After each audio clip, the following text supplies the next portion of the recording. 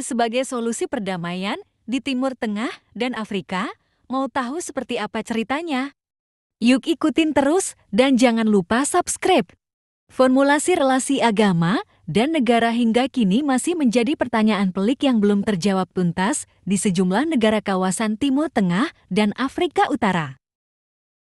Pasalnya, selama ini muncul dua kutub tarik-menarik yang sangat keras antara kubu yang menghendaki penerapan hukum agama sebagai aturan negara dan sebaliknya menentang peran agama sama sekali. Di satu sisi, keyakinan keagamaan yang dijadikan sebagai dasar negara kerap menjadi pemicu ketegangan dan konflik di tingkat lokal dan nasional.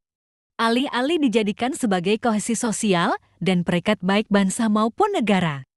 Di sisi lain, implementasi sekularisasi secara total dengan berbagai konsekuensinya memicu hegemoni asing terhadap kebudayaan nasional mereka. Sekularisasi terjadi tidak hanya dalam urusan dikotomi negara dan agama saja, tetapi meluas hingga pendidikan bahasa. Misalnya, di negara-negara berbahasa Arab terjadi fenomena peralihan bahasa nasional. Muncul kecenderungan meninggalkan bahasa nasional mereka dengan bahasa lain. Sebagaimana terjadi di Sudan dan negara berbahasa Arab lain, pola peralihan bahasa nasional itu juga memengaruhi kurikulum akademik hingga perdagangan mereka. Sudan secara geopolitik termasuk kawasan Timur Tengah. Tapi secara geografis berada di benua Afrika, di negara itu terdapat dua corak keagamaan yang cenderung dominan, yaitu Sunni dan Ikhwanul Muslimin. Keduanya memiliki daya tarik yang tinggi di tengah masyarakat Sudan dan cenderung mewarnai corak keislaman mereka. Bahkan memberi arah politik dan kebijakan negara mereka di era pemerintahan Presiden Omar Bashir yang mendukung Ikhwanul Muslimin. Kelompok Ikhwanul Muslimin yang dominan seringkali mengebiri kegiatan-kegiatan Sunni. Seperti peristiwa penutupan gedung Multaqo Sufi Sudan bersama Hasan Turobi yang menjadi politikus dan intelektual Ikhwanul Muslimin Sudan.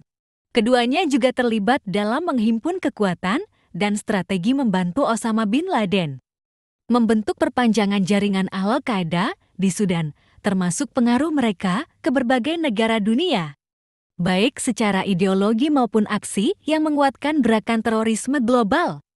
Selain itu, di Sudan terdapat gerakan Islam moderat, terutama yang dikembangkan para tarekat Sufi di negara ini. Ada banyak tarekat Sufi di Sudan, dengan pengikut yang besar di antaranya tarekat Qadiriyah yang didirikan Syekh Abdul Qadir Jarlani. Tarekat Sammaniyah didirikan Syekh Muhammad bin Abdul Karim As-Samman Al-Madani. Tarekat Qotmiyah didirikan Syekh Muhammad bin Utsman Al-Qotmi. Selanjutnya, Tarekat Tijaniyah didirikan Syekh Abdul Abbas Ahmad At-Tijani dan Tarekat Rukainiyah didirikan Syekh Ibrahim Ar-Rukaini. Para pemimpin gerakan tarekat Sufi Sudan tidak hanya mengajak pengikut mereka untuk melakukan ritual keagamaan demi mendekatkan diri kepada Tuhan, tapi juga mengembangkan pemahaman keislaman yang moderat dan toleran. Kelompok kedua itu membuka ruang yang lebih luas bagi interaksi dengan arus pemikiran keislaman dari belahan dunia lain, termasuk dari Indonesia. Diaspora santri Indonesia selama ini aktif membangun interaksi konstruktif dengan pribumi Sudan serta warga negara asing lainnya, terutama dari Somalia, Nigeria, dan Suriah. Selama ini, gagasan Islam Indonesia yang moderat dan toleran relatif menjadi perhatian di negara kawasan Afrika Utara itu, meski belum menjadi diskursus penting di tingkat nasional. NU selama ini dipandang sebagai jendela dalam melihat Islam Indonesia yang moderat dan toleran. Pancasila model relasi agama dan negara Pancasila sebagai dasar negara Republik Indonesia menjadikan Indonesia relatif selangkah lebih maju dalam merumuskan formulasi hubungan antara agama dan negara, yang masih menjadi problematik serius di berbagai negara kawasan Timur Tengah dan Afrika Utara. Pertama, kebinekaan sebagai prinsip berbangsa dan bernegara di Indonesia. Semboyan Bhinneka Tunggal Ika menjadi kekuatan yang merekatkan ratusan suku dan ras ataupun agama yang berbeda dalam ikatan sebagai anggota rumah besar Indonesia.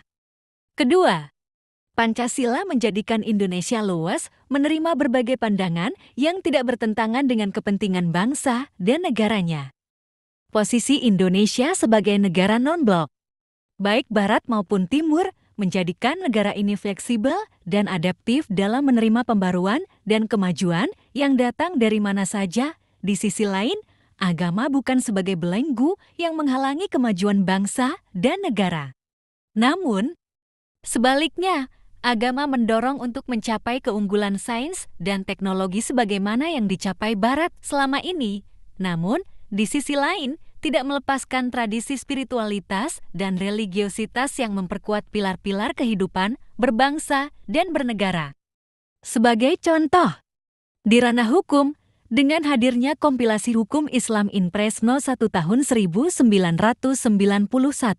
dengan dasar hukum pasal 4 ayat 1 OD tahun 1945 yang menguatkan integritas Islam, berangkat dari pemahaman bahwa Islam ialah agama yang dinamis, solutif, dan progresif, sehingga eksistensi ajaran-ajarannya tidak tergerus oleh perubahan zaman.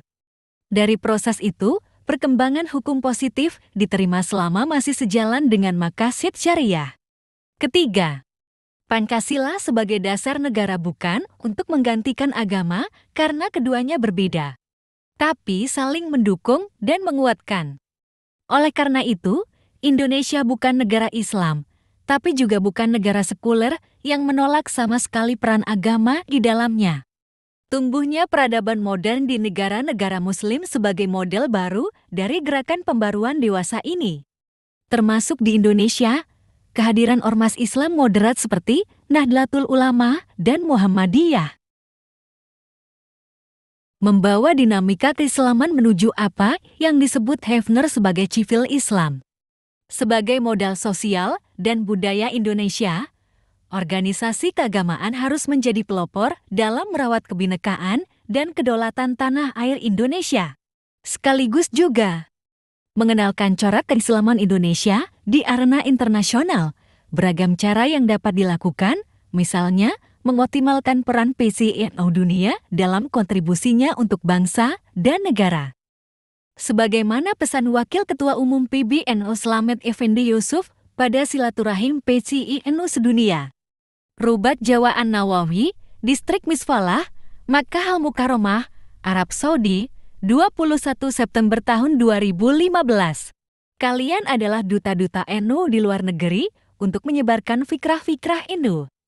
Memperkenalkan Islam Indonesia kepada dunia dalam konteks bagaimana menjalankan Islam dengan negara, keislaman kita tidak bisa dipisahkan dengan kebangsaan. Ketika mulai banyak kalangan, termasuk dari Timur Tengah dan benua Afrika yang melihat Indonesia sebagai model yang relatif berhasil dalam merumuskan formulasi hubungan agama dan negara. Ironisnya, sebagian kecil pihak di tanah air justru berupaya mengimpor pemikiran dari kawasan yang masih disibukkan dengan rumusan kebangsaan dan kenegaraan mereka, serta melupakan kekayaan bangsa sendiri. Terima kasih sudah nonton.